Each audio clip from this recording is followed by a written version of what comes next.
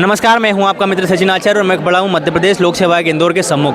उपस्थिति का कारण ये है कि बीते 2 दिनों से यहां पर प्रदर्शन जारी है। उस प्रदर्शन के क्या कारण हैं, अभी हमारे सामने कुछ लोगों को अंदर बुलाया गया है आयोग के द्वारा। उन्हीं में से कुछ लोग यहाँ खड़े हैं। हम जानते हैं उनसे कि इस प्रदर्शन की क्या मांगे हैं और इस धरना प्रदर्शन को लेकर बीते 36 घंटों से यहाँ जो बैठे हैं इसके अभी तक क्या परिणाम निकले हैं। जी, क्या नाम है सर आपका? मेरा नाम धर्मवीर है और सर्वप्रथम मैं बोलना चाहता हूं कि यहाँ पे प्रतिनिधि कोई नहीं है। जितने विद्यार्थी हैं ना वो सब प्रतिनिधि है, क्योंकि सभी अपने अधिकार के लिए आए हैं। सब पिछले 5 से 6 साल से प्रताड़ित हो रहे हैं। 2019, 20, 21, 22 4 बार मेंस लिखा हूँ मैंने, लेकिन चारों बार की कॉपी का पता नहीं है मेरे को कि क्या उसमें लाल पीला क्या किया है उन्होंने। आयोग के जो विशेषज्ञ लोगों ने चेक की है कॉपी, उसमें मेरे को पता ही नहीं चल रहा है कि कहाँ पर मेरी मिस्टेक हुई है। तो हमारी मांगों में सबसे पहली जो हमारी मांग है कि ये जो कॉपी दिखाए हमें, हमारी मार्कशीट जारी करें। और जो 13% जो रिजल्ट रुका हुआ है, ये बोल रहे हैं क्या, हाई कोर्ट ने बोल दिया है कि आप 100% रिजल्ट जारी कर सकते हैं। तो जो 13% होल्ड है, जो रिजल्ट है अनरिजर्व या ओबीसी का, तो उसको जारी किया जाए। उसके अलावा जो अभी आगामी जो एमपीपीएससी के 16 फरवरी को एग्ज़ाम के लिए इन्होंने डेट दे दी है, नोटिफिकेशन नहीं दिया है। तो हमारी मांग है कि कम से कम जो हमारे प्रदेश के मुखिया है, माननीय मुख्यमंत्री जी, उन्होंने बोला है कि 2.5 लाख पद हमारे पास खाली है। तो हम 2.5 लाख में से केवल 700 पद चाहते हैं कि इस बार हमारी जो भर्ती है वो 700 पद पे जारी की जाए। इस प्रदर्शन की मुख्य बातें क्या क्या हैं? जैसे आप बता रहे हैं कि 700 पद आपके, दूसरी आपकी कॉपी दिखाने की बात। आपकी कॉपी दिखाने की बात पर मैं आता हूँ, क्या अन्य किसी आयोग के द्वारा कॉपी दिखाई गई है? आयोग, छत्तीसगढ़ आयोग के द्वारा उनके साइट पे डाल दी गई है। वहाँ पे आप साइट पे आपके रोल नंबर और चीज़ें डाल के आप आपकी कॉपी डाउनलोड कर सकते हो, देख सकते हो। और वहाँ पे देखने के बाद में पता चला है कि क्या घोटाला हुआ है। वहाँ पे काजीरंगा नेशनल पार्क के बारे में क्या लिखा है और उस पर पूरे के पूरे नंबर मिल रहे हैं। तो हमें तो कॉपी नहीं दिखाई जा रही है। तो हो सकता है कि हमने अच्छा लिख के आए हो और किसी अन्य ने लिख के उसको नंबर पूरे मिल गए, हमको एक भी ना मिला हो। तो इस बार जैसे पीएससी के सिलेबस में जो बदलाव हुआ, उसके बाद में नंबरों में भी बढ़ोतरी की गई। 185 नंबर के इंटरव्यू के पीछे 175 से बढ़ाने का, जो 165 से जो बढ़ाया, सीधे 20 नंबर आपने बढ़ा दिए। उसके पीछे क्या धारणा है? हमारा ये कहना है कि छत्तीसगढ़ हो गया या यूपी हो गया या राजस्थान हो गया, वहाँ 100 नंबर का इंटरव्यू होता है, तो आप भी 100 नंबर का लीजिए ना। आपको कौन सा 185, आप 100 में से नंबर दीजिए इंटरव्यू। और सबसे पहली बात है कि जो इंटरव्यू हो रहा है उसकी रिकॉर्डिंग की जाए। और जो एक लिस्ट आ रही है ना, लिस्ट मतलब ST SC OBC का जो कैटेगरी वाइज जो लेते हैं, मैंने देखा है इंटरव्यू में कि जर्नल वाले जो विद्यार्थी हैं ना उनके नंबर अलग रहते हैं। ST SC वाले विद्यार्थी वाली मेंस में नंबर ज़्यादा ला रहा है, लेकिन इंटरव्यू में कम नंबर देते हैं। वहाँ से लगता है कि भ्रष्टाचार हो रहा है इंटरव्यू में, जातिवाद दिख रहा है वहाँ पे सीधा सीधा। हाँ, आपकी धारणा को मैं समझ पा रहा हूँ, लेकिन यहाँ हम आयोग के उपस्थित हैं। आप एक चूँकि पुराने अभ्यर्थी हैं, आप मांग कर रहे हैं 700 पदों की। पूर्व में आयोग के द्वारा 480 प्लस पोस्ट हमने केवल 2022 में देखी, इसके पहले कभी नहीं देखी। पोस्ट आई थी 2019 में। 2019 में 557 पोस्ट आई। 557 पोस्ट के समथिंग थी। उसके बाद में ये पिछली बार 60 पे नोटिफिकेशन दिया लोकसभा चुनाव के कारण, इन्होंने बाद में एग्जाम बढ़ा के फिर 50 पद जोड़े। तो आप एक तरफ बोल रहे हो कि हमारे पास 2.5 लाख पद खाली है, और एक तरफ आप 110 पोस्ट पे एग्ज़ाम ले रहे हो, जहाँ पे 2 से 2.5 लाख एग्ज़ाम फॉर्म भरा रहे हैं, और यहाँ पे विद्यार्थी मानसिक प्रताड़ित होकर सुसाइड कर रहे हैं। तो आप मुखिया होकर आप बात कर रहे हो कि गुड गवर्नेंस की और अच्छा शासन की। कहाँ पे आपका गुड गवर्नेंस है? कहाँ पे बच्चों को जो आप बोल रहे हो रोजगार माननीय प्रधानमंत्री ने 2014 में जब आए थे, तब उन्होंने बोला था 1 करोड़ रोजगार देंगे, 2 करोड़ देंगे हर साल। 10 साल उनकी हो गई है। इतने अगर देते तो ये बच्चे यहाँ पे नहीं आते।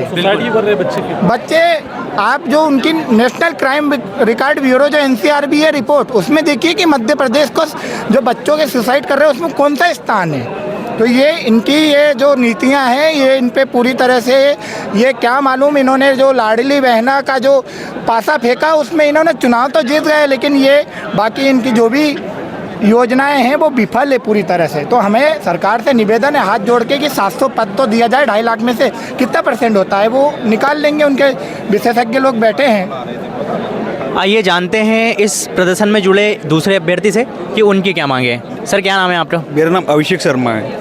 लगभग कितने समय से आप पीएससी की तैयारी कर रहे हैं? सर मैं 19 से कर रहा हूँ। 2019 से। कितने मेंस लिखे हैं आप तक आपने? 19 के बाद मैंने सभी मेंस लिखे हैं, 2 इंटरव्यू दिए। आगामी 16 फरवरी को आयोग के द्वारा जो नोटिफिकेशन जारी है, प्री होना है। Yes. क्या लगता है 16 फरवरी को प्री हो पाएगा? प्री हो पाएगा तो कम से कम उसमें 700 वैकेंसी की हम मांग कर रहे हैं। 700 वैकेंसी के साथ कराएं तो प्री हो पाएगा, तो जो जितने भी अभ्यर्थी मांग कर रहे हैं तो उनकी सभी उसमें पार्टिसिपेट कर पाएंगे। पता चला कि 100 पदों पर वैकेंसी निकालते हैं, उसमें 100 में से 15 वैकेंसी को होल्ड कर देंगे। 15 वैकेंसी को होल्ड करने के बाद 90 वैकेंसी बचेगी ना, उसमें से पता चला कि कट ऑफ जाता है 90 85। 2 दिन पहले कैलेंडर भी जारी हुआ, Yes. उसमें इन्होंने 2 मेंस की परीक्षा आयोजित कराने का आश्वासन दिया है। 3 महीना का समय केवल, फरवरी के बाद में जून दे रहे हैं, लगभग 3 महीने का समय आप दे रहे हैं। तो क्या लगता है इतने कम समय में मेंस की तैयारी हो पाती है? इतने समय 3 महीने के लिए सफिशिएंट है जो तैयारी करनी है उसके लिए, पर जो वैकेंसी के लिए पद है 700 पदों की मांग करें वो हमारी सबसे पहली प्राथमिकता है। और जो पेपरों में त्रुटियां करते हैं वो त्रुटियां नहीं करना चाहिए। एक 100 क्वेश्चन बनाने के लिए 4 या 5 त्रुटियां करते हैं हर बार, उसकी वजह से हजारों विद्यार्थी पेपर से बाहर हो जाते हैं, कोर्ट के चक्कर लगाते हैं। अभी 23 वाले पेपर में इसी चक्कर में रुका हुआ है मेंस का रिजल्ट। सर त्रुटि करते हैं और गलती खुद कोई करते हैं और हमको बोलते हैं कि आप गलती बताओ, उसका भी पैसा लेते हैं हमसे। सोर्स ढूंढिए आप, ऑफिशियली सोर्स हम तो ढूंढो, पैसा दो उनको आपत्ति दर्ज करने के लिए, और उसके बाद भी कुछ नहीं। क्योंकि मैं इस बात से अनभिज्ञ हूँ और बहुत से अभ्यर्थी अनभिज्ञ हैं कि जब हम PIL लगाते हैं तो उसकी क्या राशि होती है एक क्वेश्चन के लगाने की? 100 रुपए से लेकर अधिक भी रहती है कई बार। 100 रुपए तो मामूली बात है। आपत्ति लगाने के लिए 100 रुपए लगते हैं, प्रति क्वेश्चन, पर प्रति लगाने क्वेश्चन। के लिए एक व्यक्ति के लिए 10-10 हज़ार रुपए देते और हैं। ऑनलाइन का जो 40 रुपए है वो अलग, मतलब ऐसा मिला के 140 रुपए के हिसाब से मैंने इस बार लगाया था 4 क्वेश्चन पे, तो आप मिला लीजिए 400 और कितने 500 से प्लस हो गए पैसे। तो क्या इसके लिए कोई किसी अलग से कमीशन बनाने की आवश्यकता है या कोई समिति जो पेपर का निर्माण करे, ऐसा कोई होना चाहिए? पूरी तरीके से आयोग की जो कमी है उसके लिए एक प्रॉपर कमेटी बना के इनकी जो जैसे कि भाई साहब बता रहे थे कि आरक्षण का जो मुद्दा है वो सॉर्ट आउट नहीं हुआ, पदों की संख्या हमेशा कम आ रही है, 100 क्वेश्चन इनसे प्रॉपर नहीं बन पाते हैं। आयोग MPPSC मेंस के जो अभ्यर्थी जो नहीं निकल पाया उनकी कापियाँ नहीं दिखा पा रहा है 19 से लेकर अभी तक, तो ये कापियाँ दिखाने का तो काम बनता है ना। एक जो क्वेश्चन डिलीट करने का फार्मूला आयोग चलाता है, उसके पीछे मतलब जो अभ्यर्थी है उसको क्या नुकसान होते हैं? बहुत नुकसान होता है। एक नंबर से लोग बाहर होते हैं, इक्वल लोग हो जाते हैं, तो उनको या तो आप सबको शामिल करो या पूरी तरीके से उनका भी नुकसान हो रहा है उसमें। आप लोग बीते 36 घंटों से यहाँ बैठे हैं, आपके साथ एक हुजूम है महिला सशक्तिकरण का। मध्य प्रदेश महिला सशक्तिकरण के लिए जाना जाता है। उस महिला सशक्तिकरण के लिए नगरीय प्रशासन के द्वारा क्या यहाँ कोई व्यवस्था की गई? कोई व्यवस्था नहीं, कोई व्यवस्था नहीं। ये सब तो हम लोगों ने रात को जो पुलिस वाले आए थे, जो SDM मैडम आई थी, उनसे हम लोगों ने बोला था कि पब्लिक टॉयलेट और पानी की व्यवस्था करवा दी जाए मैम, तो उन्होंने सिर्फ आए थे कि इनको बलगरा के और यहाँ से भगा दिया जाए। SDM मैडम आई थी और उसके बाद में कोई भी उन्होंने रात भर नहीं देखा कि कौन बच्चा कहाँ क्या सो रहा है, क्या कर रहा है, क्या नहीं कर रहा है। कितने तो इतना निर्दयी है कि रात में अगर बच्चियों को इतनी परेशानियां आई हैं कि अगर हमने हॉस्टल में परमिशन दे दी गई थी तब भी यहाँ से शासन भेज के उनको मना कर दिया गया। इतनी परेशानियां हमारे साथ शासन ने, प्रशासन हमारे साथ मतलब बेसिक नीड्स की भी पूर्ति आयोग के द्वारा या किसी आज सुबह उन्होंने पानी का टैंकर बंद करवा दिया था, आने के जवान का पानी पीने का सारी टेंट के गद्दे उन्होंने मंगवा लिए थे, टेंट के गद्दे ने सारे कोचिंगों में पुलिस वाले अपने कर्मचारी भेज के कोचिंगों को बंद करवाने के लिए, कोई लड़का नहीं भेजेगा, कोचिंग चालू रखेगा, पानी टैंकर नहीं जाएंगे अंदर, आपके टेंट नहीं जाएगा, चाय नाश्ता नहीं जाएगा। कोचिंग वालों पर भी दबाव बनाया जा रहा है। बीते 36 घंटों में क्या प्रशासन के किसी मुआइंदे ने या सरकार के द्वारा किसी प्रतिनिधि के द्वारा आपसे किसी ने बात करने का प्रयास किया? सकारात्मक कोई भी संदेश नहीं, सकारात्मक कोई संदेश नहीं है अभी तक, कोई विशेष ऐसा कुछ। उनका कहना है कि आश्वासन देंगे, हम आपकी मांग वो ले लेंगे, हम आश्वासन दे रहे हैं। आश्वासन हमको कहाँ दे रहे हैं? आश्वासन तो हम पिछले 5 साल से हम बुक कर रहे हैं, हर साल आंदोलन हो रहा है, आश्वासन नहीं दिया जाता है। नहीं, सरकार की तरफ से कोई नहीं आया था, प्रशासन की तरफ से हमारे अपर कलेक्टर जी आए थे। हाँ। उन्होंने बात ये बोली कि ये जो मांगे रखी गई हैं वो आयोग पूरा नहीं कर सकता, तो हमारा ये कहना उनसे था कि अगर आयोग पूरा नहीं कर सकता तो पेपर लेने का भी हक आयोग के पास नहीं है MPPSC का, जब हमारी मांगे पूरा नहीं कर सकता। पुलिस प्रशासन का कैसा सहयोग रहा है यहाँ पर?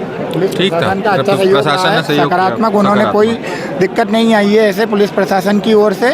और हमारे जो विद्यार्थी है वो भी संवैधानिकता, संविधान के अंदर रह के हुए जो भी चीज़ें हैं उसके अंतर्गत हमने रह के, कोई हमारे द्वारा ऐसी कोई भी अवैधानिक चीज़ें नहीं की गई है। हमने शांतिपूर्ण, हमारा जो हमारे नारे हैं जो सही, जो हमारे स्वतंत्रता संग्राम सेनानियों के द्वारा दिए गए थे, वही इंकलाब जिंदाबाद है, भारत माता की जय, वंदे मातरम, ये और कुछ धार्मिक जो हम आज सुबह से जो करना है। जैसे आज जब मैं यहाँ उपस्थित हुआ तो मैंने यहाँ देखा कि मध्य प्रदेश का कोई पहला ऐसा प्रदर्शन होगा जिसके अंदर सुंदरकांड या रामायण का पाठ किया गया हो।